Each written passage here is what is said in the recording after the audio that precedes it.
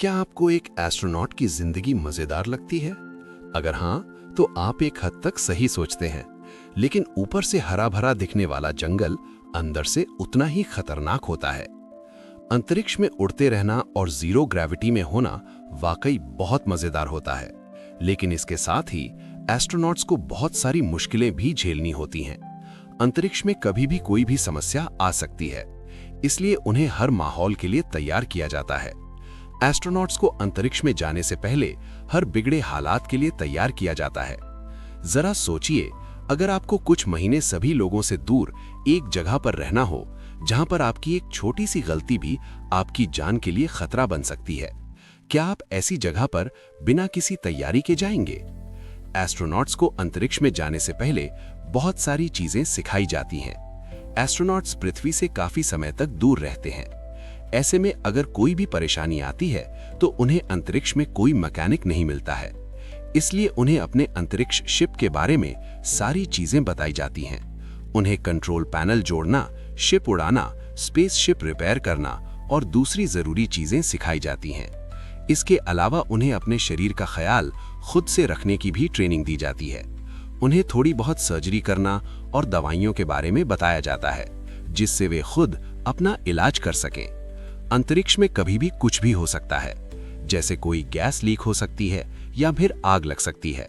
1997 में रशियन अंतरिक्ष स्टेशन मीर में एक ऑक्सीजन कनस्तर की वजह से आग लग गई थी। एस्ट्रोनॉट्स ने गीले टॉवल्स का इस्तेमाल कर उस पर काबू पाया।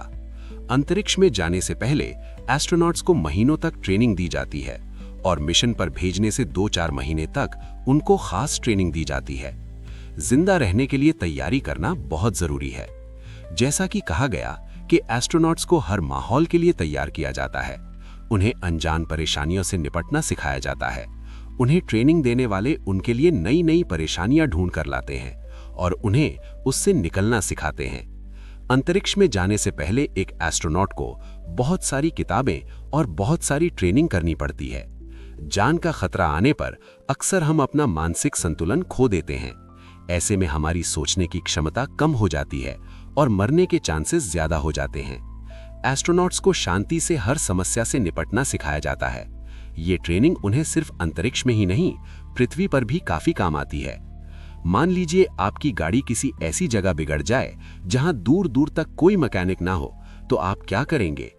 एस्ट्रोनॉट्स ऐसी परेशानियों का हल पहले से ही ढूंढ लेते हैं। इसका मतलब ये नहीं है कि वे हर चीज में खतरा ढूंढते रहते हैं और हर वक्त सोचते रहते हैं कि कोई परेशानी आ गई तो क्या करेंगे। वे बस खतरे से निपटने के लिए कोई रास्ता पहले से ही खोज लेते हैं, जिससे उन्हें बाद में परेशानी नहीं होती। इस तरह से एक एस्ट्रोनॉट की ट्रेनिंग उसे हर जगह काम आती है। वे किसी भी हालत में कोई भी समस्या सुलझाने की कोशिश करते हैं। एस्ट्रोनॉट्स निंदा को अपने आप में कुछ सुधार करने का एक जरिया मानते हैं। अक्सर ऐसा होता है कि जब कोई हमारी बुराई करता है तो हम अपनी गलतियों को मानने के बजाय गुस्सा हो जाते हैं। लेकिन एस्ट्रोनॉट्स ऐसे नहीं होते, क्योंकि एक छोटी सी गलती ही जान का खतरा बन सकती है। इसलिए उनकी हर छोटी गलती पर उन्हीं की निंदा की जाती है। हर गलती पर निंदा की वजह से एस्ट्रोनॉट्स अपने आप को कुछ इस तरह से तैयार कर लेते हैं कि उनमें हर बिन बुलाई परेशानी से निपटने की काबिलियत आ जाती है। नासा में निंदा होना आम बात है। वहां हर कोई किसी की एक छोटी गलती पर भी उसकी कुछ इस तरह से निंदा करता है जिससे वो गलती फिर से ना हो। लेकिन वहां निंदा करने का भी एक तरीका होता है। ऐसा नहीं है कि वहां पर कोई आपकी निंदा कोई इसलिए करता है क्योंकि उससे आपसे नफरत है। निंदा करते वक्त लोग गलतियों पर ही ध्यान देते हैं। वे सिर्फ आपकी गलतियों के लिए आपको डांटते हैं। जाहिर सी बात है कि अंतरिक्ष में काम करना इतना आसान नहीं है, इसलिए वहां सभी को आपस में मिलजुल कर काम करना होता है। कोई भी परेशानी आने पर सभी लोग मिलकर उसे सुलझाने की कोशिश करते हैं। ऐसे में अगर आप किसी की ऐसे ही बुराई करते हैं तो आपकी टीम टूट सकती है और ये बिल्कुल भी अच्छा नहीं है कि आपका अंतरिक्ष में किसी से झगड़ा हो जाए। तो इस सबक से हमें ये सबक मिलता है कि आप चाहे जहां भी हों, अगर कोई आपकी निंदा करता है तो आप अपनी गलती को पहचानने की कोशिश कीजिए।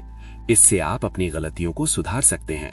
इसके साथ ही आप अपने साथ काम करने वालों से अच्छे संबंध बनाइए, क्योंकि मुश्किल वक्त में वही आपके काम आएंगे। परिवार से दूर रहना बिल्कुल भी आसान नहीं है, एक एस्ट्रोनॉट को अंतरिक्ष में जाने से पहले सालों तक ट्रेनिंग दी जाती है। इसके बाद अंतरिक्ष में जाने पर उन्हें कुछ महीनों तक अंतरिक्ष में ही रहना पड़ता है। इस दौरान उनका अपने परिवार वालों से मिलना बहुत कम हो जाता है। वे बहुत सारे त्योहार और फैमिली फंक्शंस छोड़ देते हैं। लेखक को अंतरिक्ष में जाने से पहले अलग अलग जगहों पर ट्रेनिंग दी गई थी। उन्हें साल में सिर्फ 15 हफ्ते अपने परिवार वालों के साथ बिताने को मिलता था। उन्होंने वैलेंटाइंस डे, बर्थडे और दूसरे फैमिली फंक्शंस छोड़ दिए थे। इसके लिए उन्होंने पहले से अपनी वाइफ के लिए एक वैलेंटाइन कार्ड छोड़ दिया था, जो उनकी वाइफ को सही समय पर मिला। साथ ही उनके बेटे के 16वें बर्थडे के लिए उन्होंने एक कार्ड छोड़ दिया था, जो उसे उसके बर्थडे के दिन मिला। एस्ट्रोनॉट्स के अलावा बहुत सारे ऐसे लोग हैं जिनके पास ऐसी नौकरियां हैं जिसमें उन्हें अपने परिवार वालों से दूर रहना होता है, जैसे कि सेना के जवान। वे लोग भी इसी तरह अपने परिवार वालों के लिए पहले से ही कुछ इंतजाम कर सकते हैं, जिससे उनके ना होने पर भी उनके परिवार को उनकी कमी महसूस ना हो। आइए देखें कि एक एस्ट्रोनॉट अंतरिक्ष में कैसे रहते हैं और कैसे अपना दिन बिताते हैं। अंतरिक्ष में ग्रेविटी ना होने की वजह से पानी गेंद की तरह हवा में तैरने लगता है, इसलिए वहां पर नहाने के लिए शावर नहीं होते। उड़ते हुए पानी को इकट्ठा करना मुश्किल होता है और इस पानी से अंतरिक्ष के इक्विपमेंट खराब हो सकते हैं। इसलिए वहां एस्ट्रोनॉट्स को एक बिना झाग वाले शैम्पू से अपने बाल धोने होते हैं। एस्ट्रोनॉट्स को रोज 1 से 2 घंटे एक्सरसाइज करनी होती है। अगर वे ऐसा ना करें तो पृथ्वी पर वापस आने पर वे ग्रेविटी की वजह से खड़े भी नहीं हो पाएंगे। इसके साथ ही पृथ्वी पर आने के बाद उन्हें बैठने में बहुत दिक्कत होती है, क्योंकि बैठने पर उन्हें अपना वजन ही भारी लगता है। एस्ट्रोनॉट्स अंतरिक्ष में रहकर रिसर्च करते रहते हैं और ऐसे तरीका ढूंढते रहते हैं जिससे वे सेहतमंद रह सकें। वे जो अंतरिक्ष में रिसर्च करते हैं उससे हमें रोबोटिक्स और मौसम के बारे में बहुत सारी जानकारियां मिलती हैं। हमने अंतरिक्ष रिसर्च की मदद से ऑस्टियोपोरोसिस का इलाज भी ढूंढ निकाला है। इसके साथ ही गूगल मैप्स की सुविधा भी हमें अंतरिक्ष रिसर्च की वजह से मिल रही है। अंतरिक्ष से लौटते वक्त अंतरिक्ष शिप बहुत तेजी से नीचे गिरता है और इसमें बहुत खतरा होता है। रूस में सारे अंतरिक्ष शिप सोयूज लैंडिंग में उतारते हैं। अमेरिकन अंतरिक्ष शटल 2011 के बाद सर्विस में नहीं रहा और उसके बाद सोयूज ही एकमात्र लैंडिंग प्लेस रह गया। यूरी मैलेनचेंको जब अंतरिक्ष से लौट रहे थे तो उनके पैराशूट्स जल गए। हालांकि वे सुरक्षित उतर गए थे, लेकिन उन्हें जहां उतरना था वे वहां नहीं उतर पाए थे। वे उससे काफी दूर उतरे थे। अगर आप सुरक्षित उतर भी जाते हैं तो आपको वापस पृथ्वी के माहौल में ढलने में समय लगेगा। अंतरिक्ष में आपको अपना भार बिल्कुल भी महसूस नहीं होता है और वापस पृथ्वी पर लौटने पर आपको अपना ही भार भारी लगने लगता है।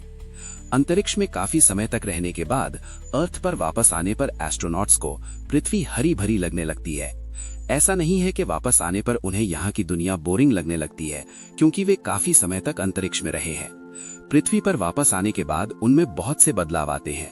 वे पृथ्वी को एक नए नजरिए से देखते हैं। अंतरिक्ष में रहना मजेदार तो है, लेकिन इसमें उतने ही खतरे भी छुपे हुए होते हैं। अंतरिक्ष में कभी भी कोई बिन बुलाई परेशानी आ सकती है, इसलिए एस्ट्रोनॉट्स को हर माहौल के लिए तैयार रहना पड़ता है। उन्हें हर समस्या से लड़ने की ट्रेनिंग दी जाती है। एस्ट्रोनॉट्स निंदा को एक अलग नजरिए से देखते हैं। निंदा से ही वे अपने आप में सुधार करते हैं। अंतरिक्ष से लौटने के बाद वे पृथ्वी को एक नए नजरिए से देखते हैं। उस समय के लिए प्लान कीजिए जब आप दूर होंगे। अक्सर ऐसा होता है कि हम कुछ खास मौकों पर अपने परिवार वालों से दूर रहते हैं। आप इस माहौल के लिए पहले से ही कुछ तैयारियां कर लीजिए। आप परिवार वालों के लिए गिफ्ट और कार्ड्स का इंतजाम पहले से ही कर दीजिए, जिससे वो सब उन्हें समय पर मिल जाए। ऐसा करने पर उन्हें आपकी कमी महसूस नहीं होगी।